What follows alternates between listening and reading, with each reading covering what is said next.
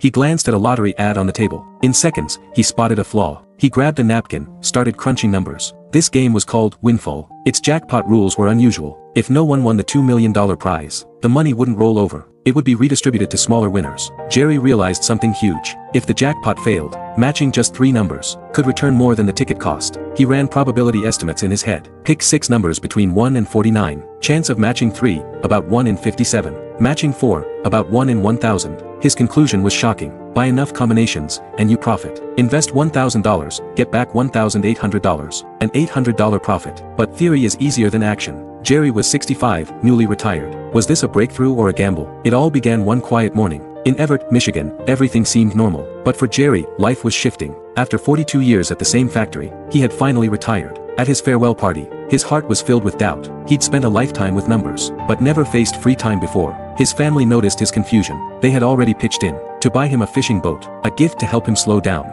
Though he never loved fishing, he gratefully accepted it. Days later, he took it to the lake. But as he backed up the trailer, he forgot the parking brake. The truck rolled backward, crashing the boat's motor. Jerry stood frozen beside the wreckage. What was meant to bring peace now felt like a cruel joke. After cooling off, he drove to his local convenience store. He poured coffee, mind elsewhere. Then, a voice caught his attention. The cashier was explaining lottery rules. Unclaimed jackpots would roll down and pay smaller winners instead. Jerry was intrigued. He started doing quick calculations. Then he saw the loophole. He could game the system, legally. He took his math to Steve, his longtime accountant and friend. Steve warned him, lotteries are designed by experts. But Jerry stood by his numbers. He just needed courage. He withdrew $2,000 in cash and asked to buy $2,000 worth of tickets. The clerk was stunned. No one had ever bought so many here. Jerry watched the drawing closely, but this time, luck didn't come. He lost $327. For most people, just a bad day. But for Jerry, it stung deeply. That night, he joined his weekly poker game, but he was distracted and distant. The voices around him faded. His thoughts were stuck on those tickets. His friend noticed the change. Jerry didn't explain much. But then, one casual comment shook Jerry awake. Good things happen. Bad things happen.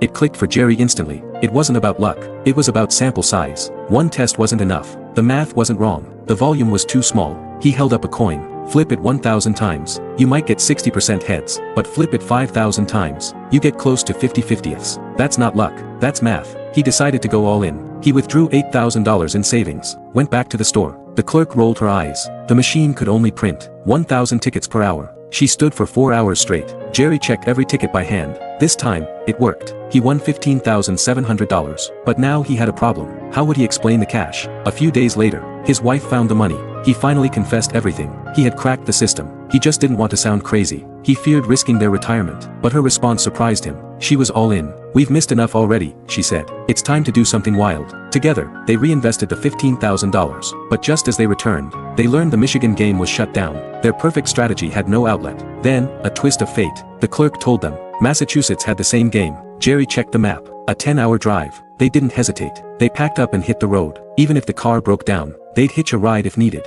They were chasing certainty in numbers. Even Steve, the accountant, joined in. He put in $1,000. Their senior citizen lottery syndicate was officially in motion.